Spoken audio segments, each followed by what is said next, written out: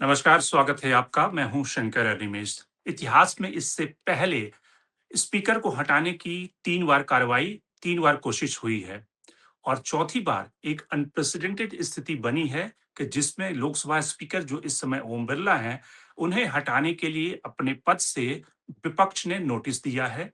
उस नोटिस की जो प्रक्रिया है, वो पूरी की जाएगी। स्पीकर ने कहा है सेक्रेटरी जनरल को कि वो उस नोटिस को देखें और उसके बाद जो उसकी पूरी प्रक्रिया है, उसके हिसाब से लोकसभा स्पीकर के खिलाफ जो रिमूवल का नोटिस है, उसको एक्सेप्ट किया जाएगा। इससे पहले नेहरू के ज़माने में जीवी मावलंकर जो कि बहुत ही विख्यात लोकसभा के स्पीकर रहे हैं, उनको हटाने की भी कोशिश हुई थी। उनके खिलाफ भी रिमूवल का नोटिस दिया गया था। उसके बाद के दिनों में मदोली साहब ने 60s के ज़माने में स्पीकर को हटाने के लिए नोटिस दिया, जो उस समय के स्पीकर थे सरदार हुकुम सिंह जी। और तीसरी बार बलराम जाखड़, जिन्हें हटाने के लिए सोमनाथ चैटर्जी ने 1987 में ये नोटिस दिया था। तो सवाल ये है कि ये स्थिति क्यों आन पहुंची? ये स्थिति अनप्रेसिडेंटेड क्यों बनी? स्पीकर का रोल क्यों विवादों में है? क्यों राहुल गांधी जो लीडर अपोजिशन है, उन्हें बोलने नहीं दिया गया? क्यों निशिकांत दुबे को ये मौका दिया गया कि वो बार-बार किताबों को जितनी चाहें किताबें कोट कर सकते हैं, लेकिन राहुल गांधी एक मैगज़ीन को कोट नहीं कर सकते, जो फॉर्मर नरवाने साहब हैं, उनकी किताब को कोट नहीं कर सकते, जबकि उनके आर्टिकल और किताब पब्लिक डोमेन में पहले से हैं। और बहस इस बात पे चल रही है कि ये जो नरवाने साहब की किताब है, ये पब्लिश्ड हुई है, नहीं पब्लिश हुई है, इसके अंश कैसे लीक हो गए, दिल्ली पुलिस को इसकी जाँच का ज़िम्मा सौंप दिया गया है। बहस और विवाद या फिर जो चर्चा उस पूरे इंसिडेंट के कंटेंट पे नहीं है कि नरवाने साहब ने क्या लिखा, क्यों लिखा और चाइना के ऊपर जो भारत का सीमा विवाद है, जिसमें कि गलवान वैली में ढेर सारे 20 से ज़्यादा भारतीय सैनिकों की जान गई, उस विवाद को लेकर चर्चा या फिर जो चाइना का इन्कर्जन होता है, उसके ऊपर चर्चा नहीं है। तो इन सारे मुद्दों को समझते हैं और इस कॉन्स्टिट्यूशनल स्थिति को समझते हैं, फॉर्मर सेक्रेटरी जनरल पीडीटी आचार्य साहब से, जो कि न केवल संविधान के विशेषज्ञ हैं, बल्कि इस पूरे प्रोसेस को उनसे बेहतर और कोई नहीं समझता। तो आचार्य साहब, आपका स्वागत है इस कार्यक्रम में। सबसे पहले शुरुआत आचार्य साहब इससे करेंगे कि ये जो अनप्रेसिडेंटेड स्थिति बनी है, इतिहास में इससे पहले भी 3 बार ऐसे इंसिडेंट हुए। तो आप ये बताएँ कि ये अनप्रेसिडेंटेड स्थिति क्यों बनी है? और चूँकि जब जवाहरलाल नेहरू के ज़माने में मावलंकर साहब को भी हटाने की कोशिश हुई, तो उस हिस्टोरिकल कॉन्टेक्स्ट के साथ आप इस चर्चा को बढ़ाएँ और अपनी बात रखें कि ये अनप्रेसिडेंटेड स्थिति आज की तारीख में क्यों बनी है कि स्पीकर को हटाने की नौबत आन पड़ी है? देखिए, एक तो ये है कि ये अनप्रेसिडेंटेड नहीं है, पहले भी हुई है। और दूसरी बात ये है कि अ, ये जो 3 जो कॉन्टेक्स्ट आपने कोट किया है, 3 बार जो इस तरह से रेज़ोल्यूशन मूव किया था, उसके अलावा और भी कई टाइम्स, कई बार नोटिस दिए गए हैं। या तो नोटिस लास्ट मिनट में विथड्रॉ किए गए हैं या उसमें कोई त्रुटियां निकली हैं, उसकी वजह से ये स्वीकार नहीं किया गया है। तो कई बार, अनेकों बार स्पीकरों के खिलाफ इस तरह से नोटिस या तो नोटिस दिया गया है या फिर रेजोल्यूशन के स्टेज तक पहुंचा है। अम, अब सवाल है कि क्यों हो रहा है ये?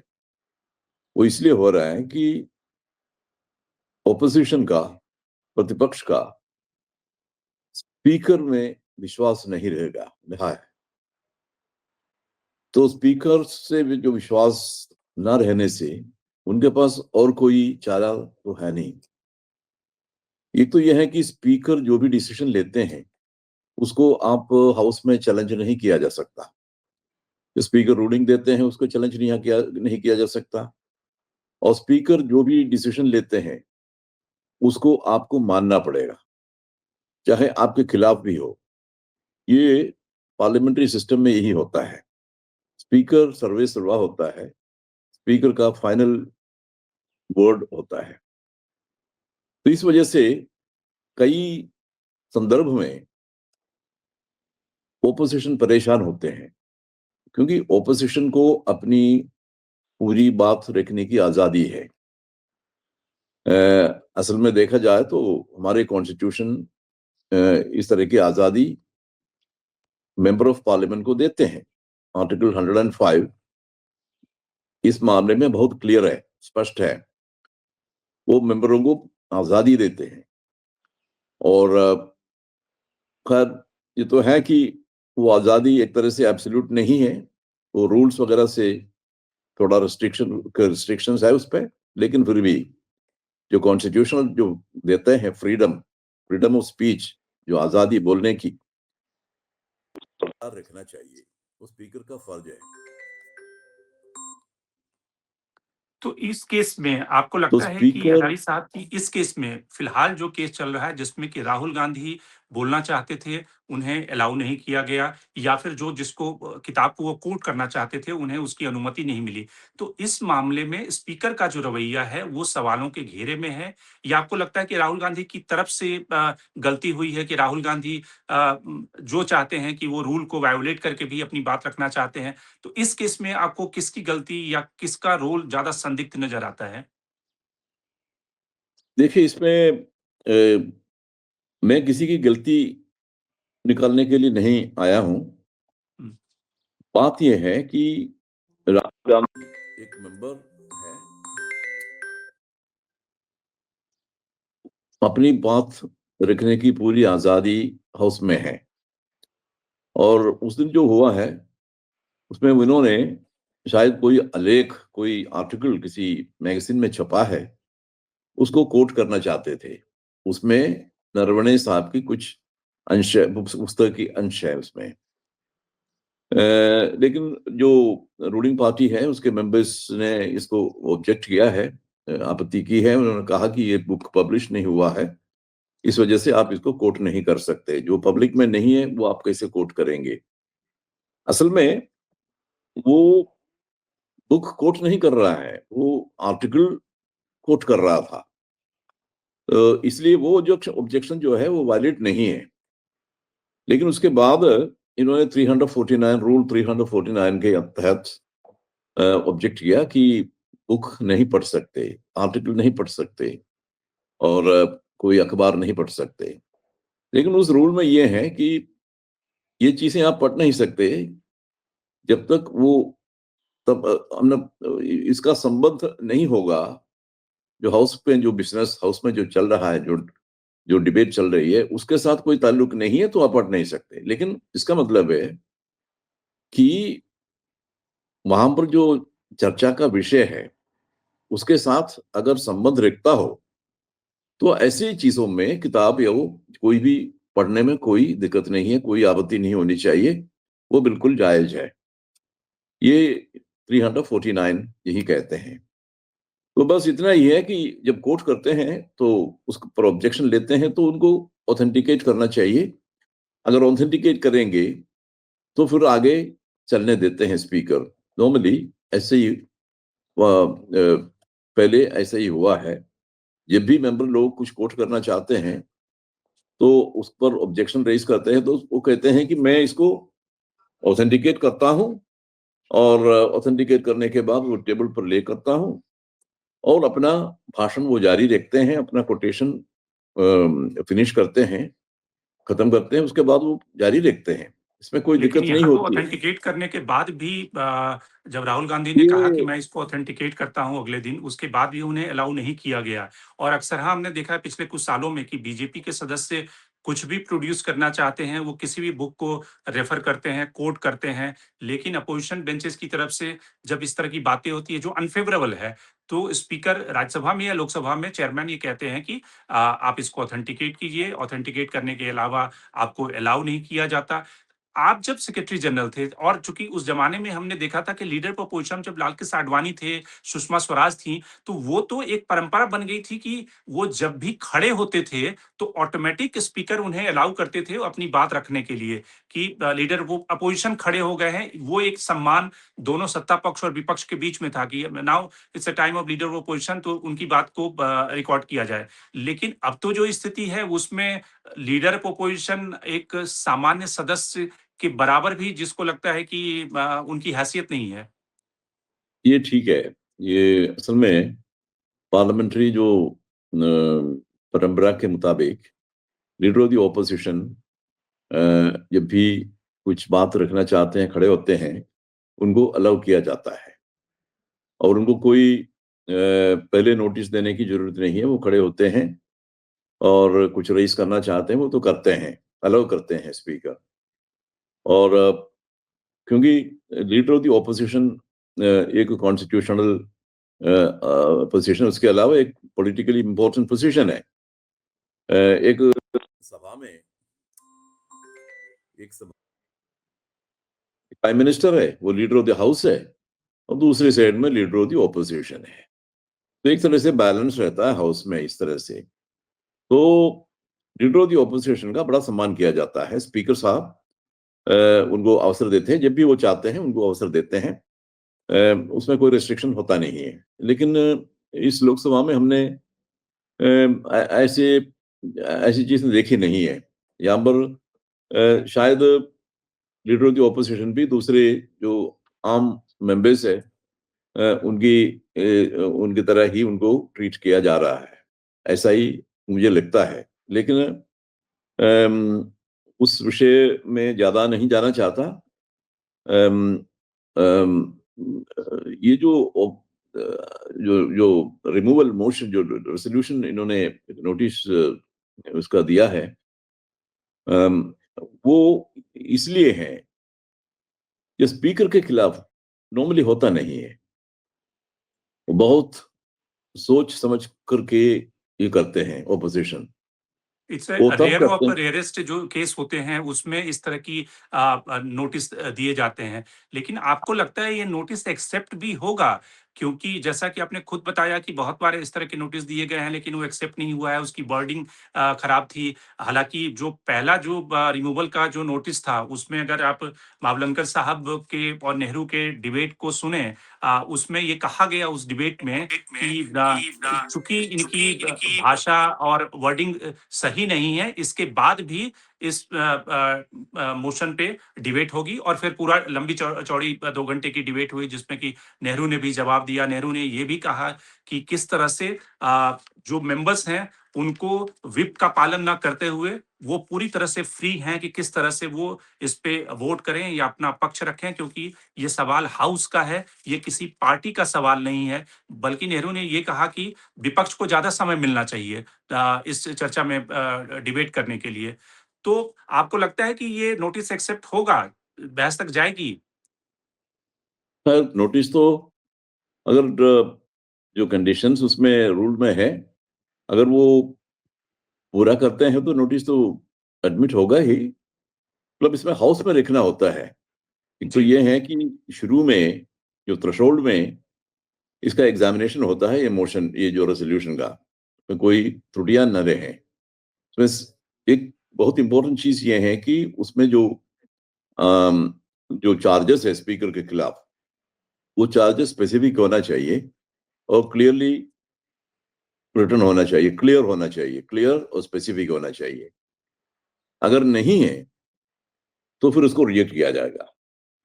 तो जो चार्जेस आप लगाते हैं वो क्लियर और स्पेसिफिक, ये कंडीशन है। अगर ये कंडीशन फुलफिल होता है तो उसके बाद स्पीकर इसको हाउस के सामने रखते हैं और हाउस एक तरह से परमिशन देते हैं।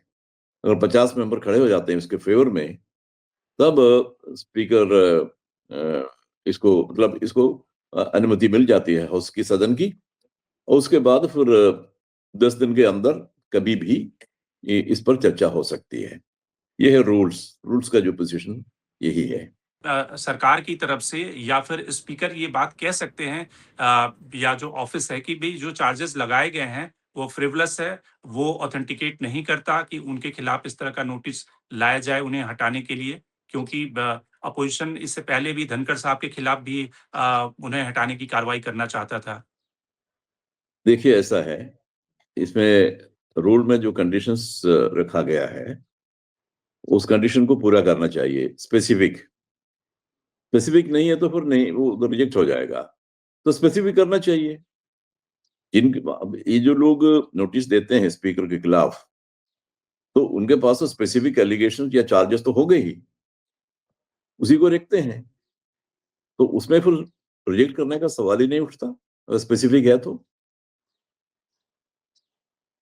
और आपको लगता है कि जो हिस्टोरिकल कॉन्टेक्स्ट है, जैसे कि 1950 के ज़माने में जब मावलंकर साहब के खिलाफ लाया गया था, या फिर उनके खिलाफ लाया गया था, हुकुम सिंह के खिलाफ या बलराम जाखड़ के खिलाफ जब लाने की कोशिश हुई थी, तो कुल मिलाकर जो आज की स्थिति है, दोनों जो सत्ता पक्ष या विपक्ष इस तरह की पोजीशन पे हैं कि आप देखें कि ये एक चर्चा इस बात पे हो रही है कि किताब मैन्युस्क्रिप्ट लीक कैसे हो गई, वो पब्लिश नहीं हुई। राहुल गांधी ये आरोप लगा रहे हैं कि खुद नरवाने साहब ने ये ट्वीट किया था कि भई वो प्री ऑर्डर पेंगुइन से हो रहा है, पेंगुइन ने भी इसका ऐलान किया था।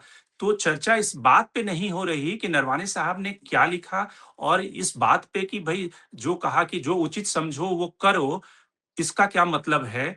चाइना से जो भारत की सीमा पर जो आक्रमण या इस तरह की हस्तक्षेप की लगातार कोशिशें होती रही है, चर्चा उस बात पे होनी चाहिए। और आपने देखा कि ऑपरेशन सिंदूर के समय भी संसद में विपक्ष मांग करता रहा कि इस पे चर्चा होनी चाहिए। सरकार ने अलाउ नहीं किया, जबकि यही विपक्ष सरकार बीजेपी जब अपोजिशन में थी, तो 2009 में जब नितिन गडकरी अध्यक्ष बने, उन्होंने एक बीजेपी डेलीगेशन को भेजा लद्दाख के बॉर्डर पे ये जांच करने के लिए कि चाइना का किस तरह से इनकर्जन हो रहा है और किस तरह से वहां की सेना भारत में घुस रही है। 2013 में जब राजनाथ सिंह अध्यक्ष बने, उन्होंने भी एक बीजेपी की टीम को भेजा लद्दाख और उत्तराखंड में ये जांच करने के लिए। आज की तारीख में तो कोई सोच नहीं सकता कि अगर कांग्रेस का डेलीगेशन, एक ऑल पार्टी डेलीगेशन लद्दाख में जाके ये इन्वेस्टिगेट करे कि चाइना कितना घुस चुका है, उसको तो सरकार बंदी बना लेगी। अगर किताब पे चर्चा नहीं हो रही है, तो ये स्थिति तो अकल्पनीय है। तो किस तरह की डेमोक्रेसी में हम रह रहे हैं?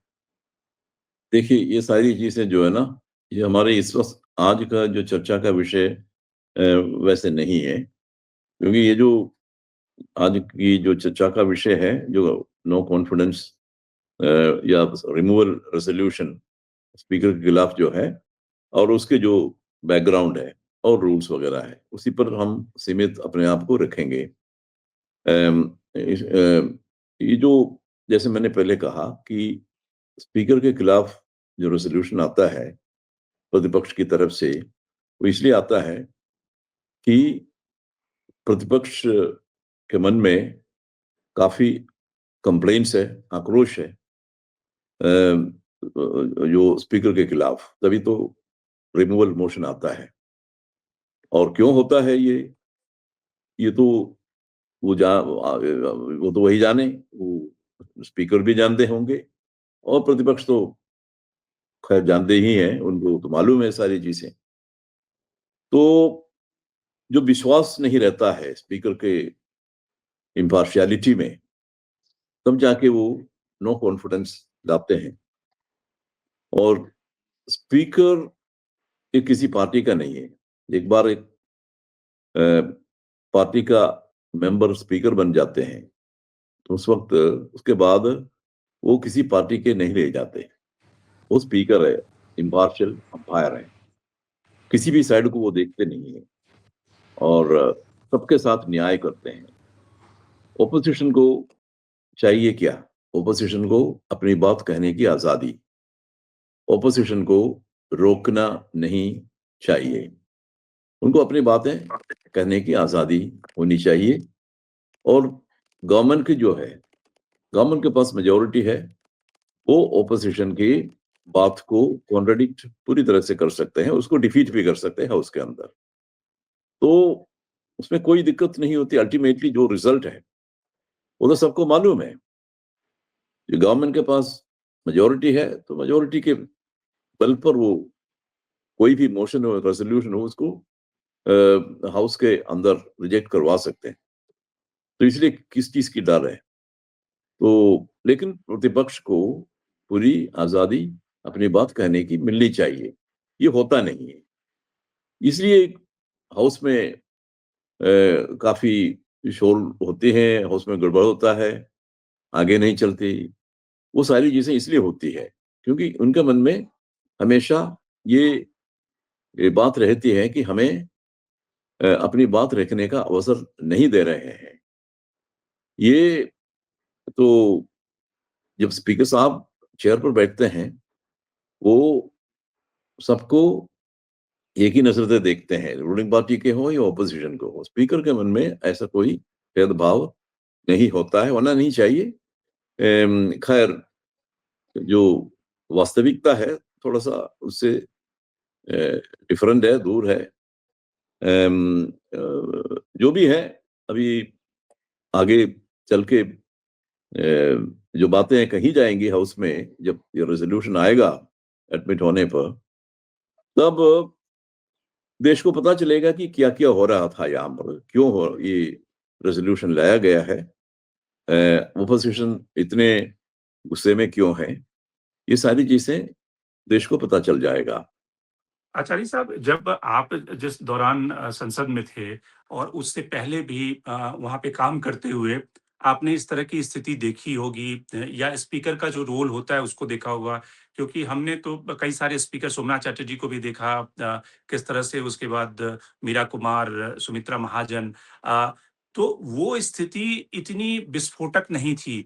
उस तरह के चार्जेस नहीं लगते थे उनके ऊपर कि ये बिल्कुल सत्ता पक्ष के प्रतिनिधि की तरह काम कर रहे हैं। ये अलग बात है कि उस दौर में भी जो स्पीकर है वो ठीक है, ट्रेज़री बेंचेस को वो ज़्यादा मौके देता था, या उनके ऊपर, यहाँ तक कि मावलंकर साहब के भी ऊपर भी आरोप लगा। लेकिन अगर भैरव सिंह शेखावत का उदाहरण देख लेंगे, भैरव सिंह शेखावत को तो वो बीजेपी के सदस्यों को भी हमने डाँटते हुए देखा है राज्यसभा में।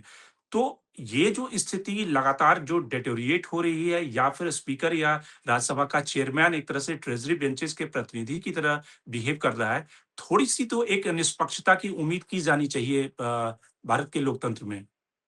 लेकिन थोड़ी-सी नहीं, पूरी तरह से निष्पक्ष होना चाहिए चेयर। चाहे वो राज्यसभा में हो या लोकसभा में हो या असेंबलीज़ में हो, स्पीकर बिल्कुल निष्पक्ष होना चाहिए। एक क्योंकि स्पीकर जो है ना, हाउस का कस्टोडियन है, पूरे हाउस का। स्पीकर एक पार्टी का नहीं है, सारे हाउस का है। तो इसलिए बिल्कुल निष्पक्ष रूप से इनको हाउस चलाना होता है, तब जाके हाउस आगे चलेगा, नहीं तो बहुत मुश्किल होगा। बहुत सारी चीज़ें होंगी, झगड़े होंगे, ये सब होंगे। लेकिन उसमें गवर्नमेंट का भी एक रोल रहता है। गवर्नमेंट को चाहिए कि ऑपोज़िशन को अपनी पूरी बातें कहने चाहिए, करने की अनुमति दें। ये ऑपोज़िशन को भी थोड़ा, ये गवर्नमेंट को भी थोड़ा इसके बारे में ध्यान रखना होता है, तभी जाके सदन ठीक से चलेगा। क्योंकि सदन को चलाने का प्राइमरी रिस्पॉन्सिबिलिटी जो है, वो तो गवर्नमेंट की है। तो गवर्नमेंट को चाहिए कि ऐसा वातावरण पैदा करें ताकि हाउस शांति से आगे चले। ये होना चाहिए। आपस में संघर्ष वगैरह कम कर लें।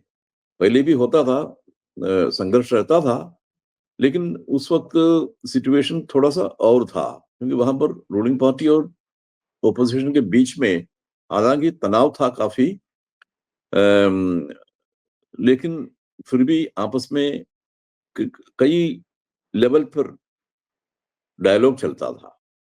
ये जो डायलॉग है, कम्युनिकेशन, चैनल ऑफ कम्युनिकेशन खुला था और कम्युनिकेशन चलता रहता था। तो इस वजह से काफ़ी टेंशन वो अपने आप, मतलब आपस में मिल कर के, बात करके किसी-किसी लेवल पे, सीनियर लोगों के लेवल पे बातें चलती थी और अ, जो टेंशन को कम करते थे। ये होना चाहिए, हर हाउस में होना चाहिए ये, तब जाके ये सदन आगे चलेगा और ऐसी नौबत बहुत कम होगी। जबकि स्पीकर के खिलाफ एक अविश्वास प्रस्ताव जो जो लाया गया है, ऐसी नौबत बहुत कम होती है। तो नॉर्मली होना नहीं चाहिए। स्पीकर एक ऐसा पद है जो सब उनको, उनका आदर करते हैं और सब एक्सपेक्ट करते हैं कि वो बिल्कुल निष्पक्षता से सदन चलाएँगे। आपको कोई पुराना किस्सा उस ज़माने का याद आता है जब आप सेक्रेटरी जनरल के रूप में थे कि सत्ता पक्ष ने कैसे डेडलॉक को तोड़ने के लिए विपक्ष के साथ में क्योंकि उस ज़माने में कई सारे ऐसे मौके मैंने देखे कि पार्लियामेंट्री अफेयर्स मिनिस्टर कोशिश करते थे, लोग एक-दूसरे के कमरे में चाय पीते थे और कांग्रेस के सदस्यों को भी बल्कि सुषमा स्वराज और इन लोगों ने चाय के लिए बुलाया और इस तरह से डेडलॉक की स्थिति टूटी। तो कुछ ऐसा इंसिडेंट आपको याद आता है? देखिए, ये जो 71 में जो लोकसभा बनी है, इंदिरा गांधी जो प्राइम मिनिस्टर थी उस वक़्त, हालाँकि कांग्रेस की बहुत 2/3 मेजॉरिटी थी, ऑपोज़िशन की संख्या कम थी, फिर भी वो एक मिनिस्टर थे, मिस्टर रघुरामैया, पार्लियामेंट्री अफेयर्स के मिनिस्टर थे। वो most of the time opposition benches में दिखाई देते थे। वो वहाँ घूमते थे। ऑपोज़िशन के बेंचेस पे जाके वहाँ पर लोगों के साथ बैठ करके, बात करके, बहुत सारा जो टेंशन है, बिल्कुल कम करते थे और लोग पार्लियामेंट्री अफेयर्स मिनिस्टर की जो अ, उनके माइंड को समझते थे और उनसे बड़े प्यार करते थे। देखो, पार्लियामेंट में पार्लियामेंट्री अफेयर्स मिनिस्टर जो होता है वो एक ब्रिज है between government and the opposition. एक ब्रिज है वो। वो बहुत ज़रूरी है। पार्लियामेंट्री अफेयर्स मिनिस्टर का काम ही तो वही है। पार्लियामेंट को सुचारू रूप से चलाने के के लिए जो भी आवश्यक है वो करते हैं, वो डिस्कशन करते हैं दूसरों के साथ और चाय पर बुलाते हैं, वो सारी चीज़ें। घर हाउस में भी रघुरामैया तो हाउस में ही वो सारी चीज़ें जो टेंशन वाली चीज़ें खत्म करते थे। इस तरह अच्छा, से हाउस में हर ही एक वो सबको निपटा देते थे निपटा विपक्ष देते को थे। वो एक तरह से या मरहम लगा तो देते थे। ऐसे था, सबका उनका उन पर विश्वास था। उनकी नेक नीयत पर विश्वास था। तो यही होता है। ओके? ठीक है, तो कुल मिलाकर जो थैंक यू। किस तरह की जो प्रोसेस है एक अंतिम टिप्पणी की अब जो प्रोसेस है कि 14 दिन का तो नोटिस 14 दिन का एक विंडो देना होता है। तो अब 14 दिनों के बाद ये इसकी एक्सेसिबिलिटी और अगर जो कॉजेज़ आपने बताया कि स्पेसिफिक होकर उसमें लिखा गया होगा, उसकी वर्डिंग होगी, उसके बाद इसको चर्चा इसकी शुरुआत होगी, तब ये मोशन लिया जाएगा? यस, वो होगा। वो 14 दिन के बाद हाउस में आएगा ये और हाउस में जो 50 लोग खड़े हो जाएँगे इसके फ़ेवर में, तो इसको अनुमति मिलती है और आगे फिर उसकी चर्चा होती है। 10 दिन के अंदर करना है, तो किसी भी दिन कर सकते हैं। ये यही है। बहुत-बहुत धन्यवाद आचार्य थैंक यू। साहब आपका हमसे जुड़ने के लिए और ये संवैधानिक जो प्रोविज़न है, क्या किस तरह से स्पीकर को हटाने का जो प्रोसेस है, जो प्रक्रिया है उसको कैसे लिया जाएगा, किस तरह से नोटिस जो दिए गए हैं, अनप्रेसिडेंटेड तरीके से स्पीकर में आस्था जो है, विश्वास है, ट्रस्ट है, वो विपक्ष का खत्म हो गया है और जो उसकी वजहें हैं, वो ढेर सारी वजहें हैं, जिसको लेकर के विपक्ष का कहना है कि किस तरह से लीडर ऑफ अपोज़िशन को बोलने नहीं दिया गया, उन्हें मुद्दा नहीं उठाने दिया गया। लेकिन जिस तरह से संसदीय परंपराएँ एक तरह से टूट रही हैं, जिस तरह से आप देखें कि भारत और चाइना के बीच का जो संघर्ष है, अगर नेहरू के ज़माने की बात करें, वो अगर उस कॉन्टेक्स्ट को देखें, तो 62 के युद्ध के दौरान यानी कि जब चाइना भारत के ऊपर अटैक कर चुका था, नेहरू ने खुद इस बात को लेकर संसद में कहा कि इस पे बहस होनी चाहिए और चाइना के आक्रमण को लेकर संसद का सत्र बुलाया गया और उसमें नवंबर के महीने में, दिसंबर के महीने में संसद में इसमें पूरी चर्चा हुई। हालाँकि एलएम सिंघवी ने नेहरू को कहा कि इस पे कोई सार्वजनिक चर्चा की ज़रूरत नहीं है संसद में बल्कि इसका एक हम उस तरह का की चर्चा करते हैं जिसमें कि बहुत ही सेक्रेटिव तरीके से एक एन्क्लोज़र में इसकी चर्चा होनी चाहिए। लेकिन नेहरू ने कहा कि पूरे देश को ये पता होना चाहिए कि चाइना के साथ किस तरह से चाइना ने विश्वासघात किया है। लेकिन वही जब पिछले कुछ सालों में आपने देखा कि गलवान वैली पे में जिस तरह से भारतीय जवानों की जान गई, उस पे चर्चा नहीं हुआ। जब सिंदूर आक्रमण के और सिंदूर का जो अटैक हुआ और सिंदूर के बाद जो भारत ने बदला लिया, उसके ऊपर चर्चा नहीं हुई। संसद में चाइना के ऊपर सवाल पूछने पर सरकार की तरफ से जवाब नहीं दिया गया है हाल के वर्षों में।